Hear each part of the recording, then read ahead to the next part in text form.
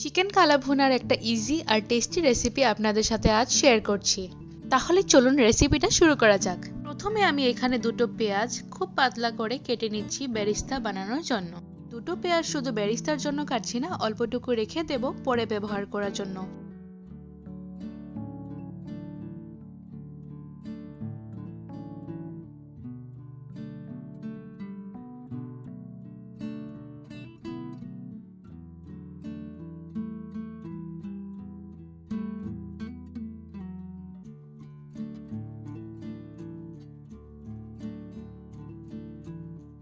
এদিকে আমি ৬-৭টে বড় সাইজের রসুন নিয়ে নিচ্ছি, আপনারা চাইলে কম বেশিও দিতে পারেন স্বাদ অনুযায়ী।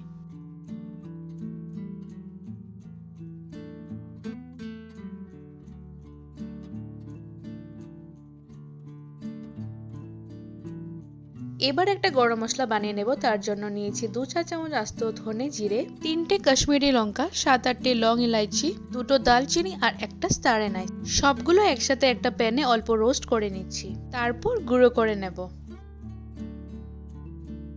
এদিকে কটা কাঁচা লঙ্কা, আদা আর রসুন গুলো পেস্ট করে নিয়েছি। এবার একটা কড়াইতে 3 টেবিলস্পুন সরষে তেল গরম করে নিচ্ছি। তেল গরম হয়ে এসেছে, এবার বেরেস্তা বানিয়ে নেব মিডিয়াম ফ্লেমে।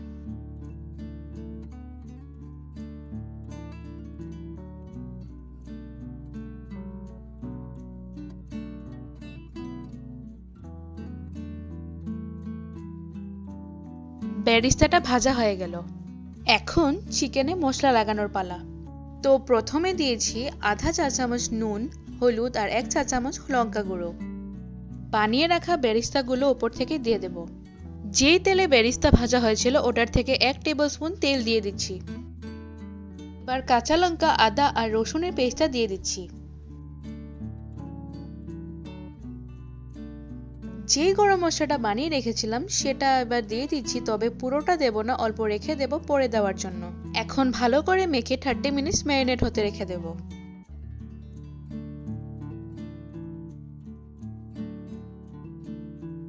বেরেস্তা ভেজে রাখা তেলে আরো 1 টেবিলস্পুন সরষে তেল গরম করে নিচ্ছি।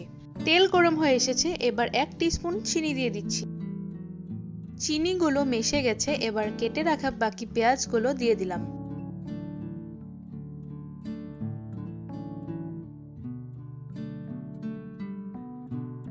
পেঁয়াজগুলো হালকা লাল লাল হয়ে এসেছে, এবার ম্যারিনেটেড চিকেনটা দিয়ে দিচ্ছি। মিডিয়াম ফ্লেমে 8 থেকে 9 মিনিট সেদ্ধ হতে দেব।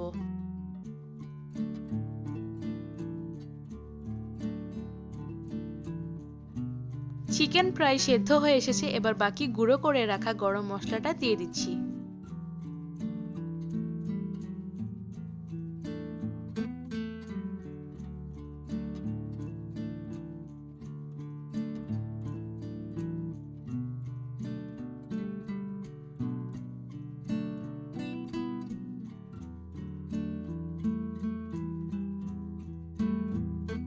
এবার মিডিয়াম ফ্লেমে 3 থেকে 4 মিনিট ঢেকে রেখে দেব।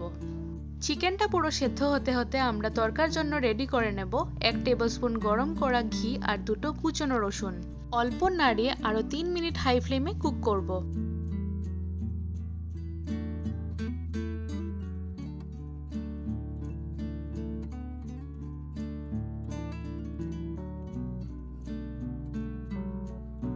বাস রেডি হয়ে গেল আমাদের চিকেন কালা ভুনা।